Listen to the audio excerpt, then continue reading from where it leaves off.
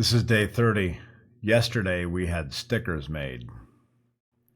If you've ever worked in a startup, you know this moment. Someone rip open a little box and out spills a pile of glossy emblems. A few minutes later, we're smoothing our logo onto aluminum lids and water bottles. It's a small ritual, but it lands with a thud. We just put our mark into the world. We didn't just make something, we named it, pictured it, and now we carry it around with us.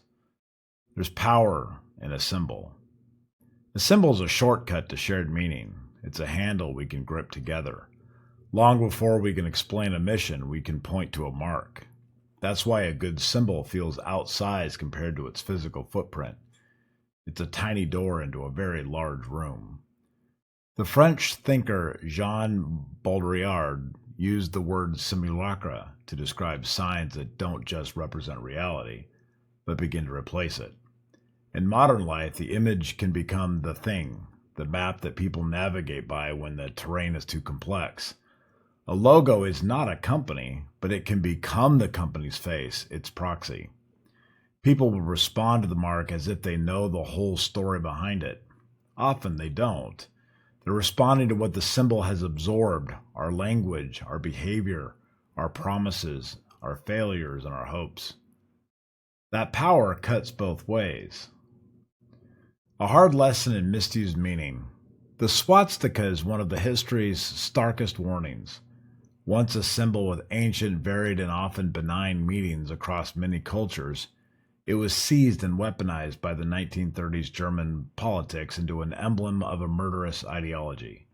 Today it is indelibly stained by that history. The lesson isn't pedantic, it's practical.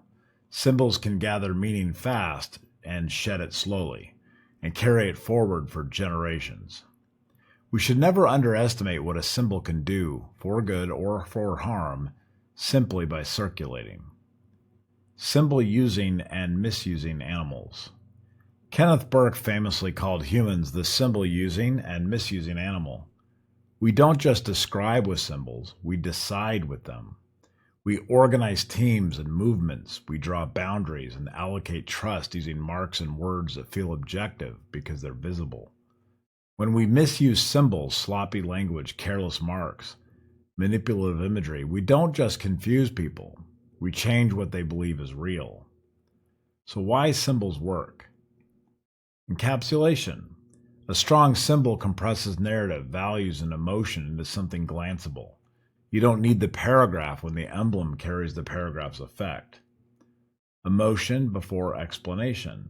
We're fast, not just rational. The symbol hits the feelings first and asks the intellect to catch up later. Belonging. Symbols make in-groups legible. A sticker on a laptop says, "This is my tribe." Memory. Images stick. We forget sentences, but we always remember shapes. This is why certain logos feel like they've always existed. The Nike swoosh, Apple's bitten apple, the three-pointed star on a hood. These aren't just drawings, they're commitments that were kept over time until the drawing meant the commitment. So why do founders wrestle with logos? Founders agonize over logos because at some level we grasp their potential gravity. We sense that we're not choosing a picture, we're choosing a container that could one day carry our reputation, our customers' trust, our team's pride. We argue about the curve of a letter because we're pre-arguing the future, trying to make room for a story we have not yet lived. And yet there's mercy in the process. Symbols accrue meaning through use. The right mark won't save a hollow company, and an imperfect mark won't sink a good one. The work is to act in ways that deserve the meaning we hope the symbol will one day hold. Brands we inherit and brands we choose. My family has a cattle brand. Once it was a function. Free range meant real risk of theft. And the brand settled the question of whose is whose. That iron did practical work in a rough world. Today our brand hangs bolted to a wall. We also have a family crest, a decorative remnant that once organized our lineage. Both marks are now largely inert, symbols of symbols. They remind me that meaning can fade when the purpose ends.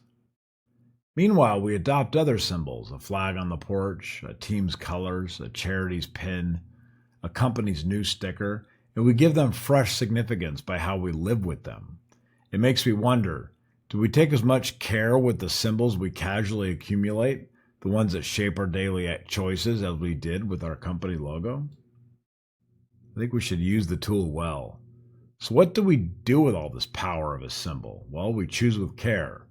We pick symbols that can grow with you. Simplicity always ages well. Earn the meaning.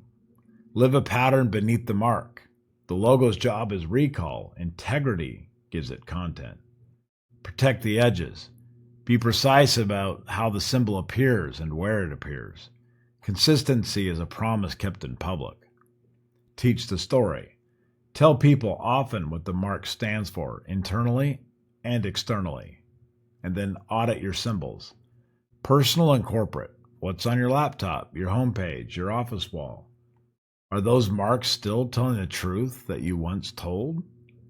Yesterday, we put our sticker on our laptops. It felt small and big at the same time, like tacking a flag to a mast you're still building. That's the paradox of symbols. A simple shape that can hold a future we haven't fully lived into. If we do our jobs well, one day that little mark will mean far more than we could have crammed into a brand guide. It will mean the people who carried it, the customers who trusted it, and the work that made it worth believing.